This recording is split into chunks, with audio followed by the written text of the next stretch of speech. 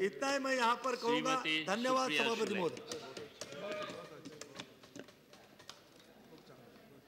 Of my party today in defense of this bill.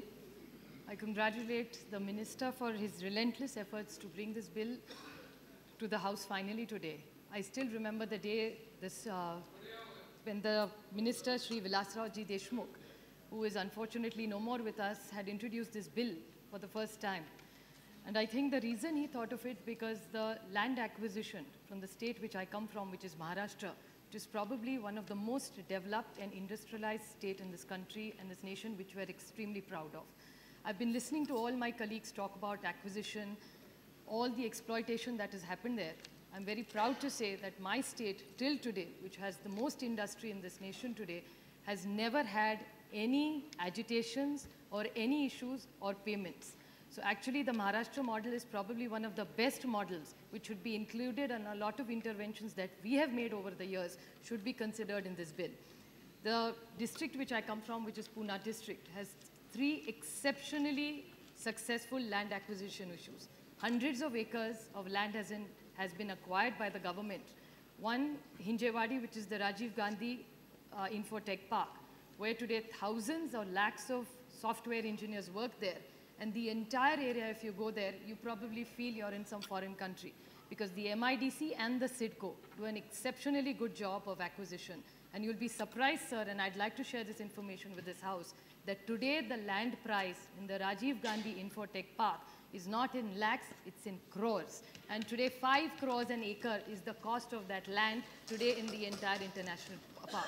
And I'm proud to say that it's a part of my constituency, and today most of my voters who live in that area may not have been able to get good quality education, become a part of the success story. Unfortunately, the bill does have rehabilitation and resettlement, but I'd like to flag this point that in the rehabilitation, and the intention is very good, but when the growth story comes, only money comes. I think most of our members who have sold land to the Rajiv Gandhi Infotech Park have done good businesses, they have shops, they have restaurants, but I don't think any of our children really have got the quality education to work in Infosys, and that really will be our achievement. One of my children from the Rajiv Gandhi locals who have given land for the park becomes the head of Infosys in Pune. That's really when our entire role will be complete. Yes. The second project which we have done, where again we've recently done land acquisition, is the Chakan Automobile Hub. Today, the entire automobile industry today revolves around the Chakan plants, whether it's Mahindra, whether it's Tata Motors, Mercedes-Benz, Bajaj Auto, you name them, and all those industries are there. And it's not just the acquisition of the industry, because you all realize that most people who are against this bill today are people from the industry and have serious cause of concern.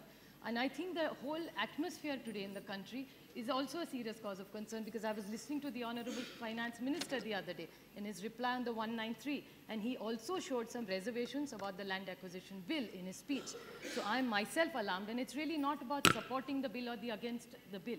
I think we all have to, the way we support poor, I think industry also must be supported, because if we help serve the poor, yes, we will feed them, we will educate them, we will give them health care, but where are the jobs going to come from if we do not support industry? It's not a capitalist view. I think the whole House must think about it, that industry also must be supported, and I'm sure the Honorable Minister and the Honorable Prime Minister will make an intervention and advise the industry and build some confidence. Because if you all noticed, day before yesterday in the House twice, and a press conference, the Honorable Finance Minister of this country has made 3 statements on one day. And the next day, the dollar went down to 68.80.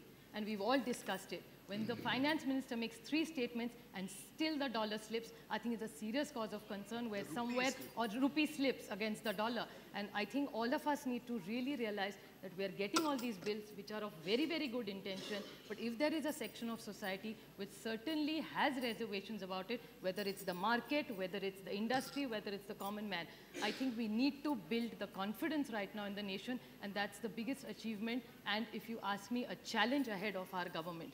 Even if I'm a part of this government, Because we have looked at acquisition severally, like I told you my Chakan story, where we have supplied industry, ancillary jobs have come up, and all our local children are doing good business in this entire area, and we are very proud of Chakan and as well as our Hinjewadi story. But another big success story in Maharashtra, which we are very, very proud of, and I'd like the Honorable Minister to even come and see the project, is the Magarpatta project.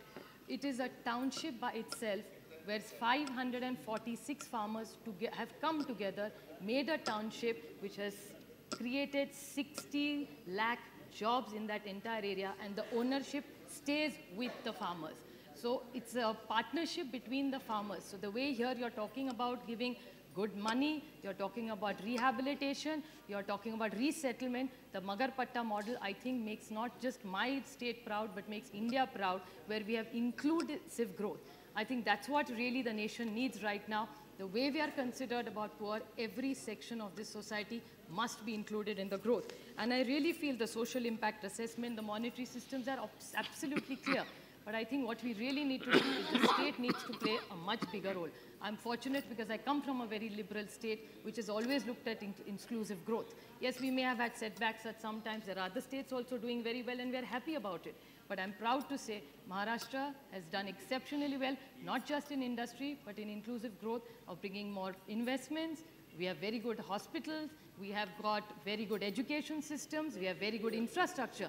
And that's why CIDCO, and that's one big point I really need to make. I think they were talking about returning of land before. My Shiv Sena colleague was talking about it. I'm proud to say that in my own state, in my own constituency, there's a place called Jezuri which acquired land for MIDC.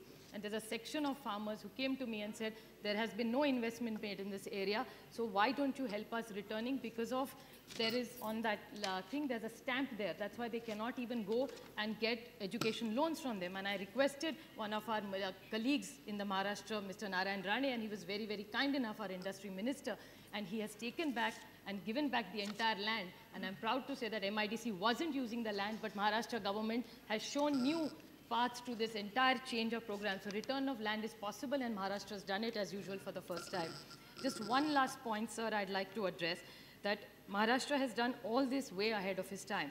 But we are having one major issue right now in Maharashtra with land acquisition is the Navi Mumbai airport. I'm only flagging this as an example because our state has done and contributed so much. Whenever you acquire land through CIDCO for a development project, we normally, if you are acquiring 100 acres of land, 12.5% of the land is developed and given back to the farmer. That's the policy of our state.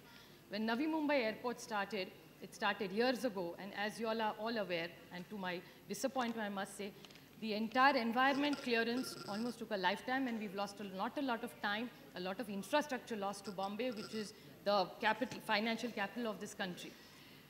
After the environmental clearance came, acquisition started, and we realized that the people had asked us to give much more compensation over and above the 12.5. So the government of Maharashtra through CIDCO, which is our vehicle for acquisition, decided to give 22.5% of landlocked states which are there. They're slightly different than most of my other friends talking, and we're looking at 1,100 acres of land for our Mumbai airport, which I think is just going to be a dream at the rate we are going, and we can't afford it. If Mumbai airport doesn't happen, we've realized that Chennai airport's had a problem with acquisition, Bangalore airport has had an issue with land acquisition. So I think there are a lot of states where maybe injustice has been done, like my colleague Sudeep Bandopadhyay talked about it. We've all seen Sundur very closely, and our hearts go out to everybody in West Bengal. I don't think any of us want ugly scenes like this. But let me assure the House that today markets, sentiments, and people's views all matter. India is one of the fastest growing economies. And if we want to grow and make it inclusive for everybody in this country, I think land acquisition has to be done transparently. But at the same time, we have to take every section of our society together. You can't just say it's for one section we are doing. I'm sure the farmers also agree that if we make extreme stringent laws and make the whole situation difficult, nobody is going to acquire, nobody is going to invest in our country. So given the situation of the country, I think this is time for, I think, all the seniors in our government to step in, build in confidence, and make sure that we have the robust growth that we are all looking for.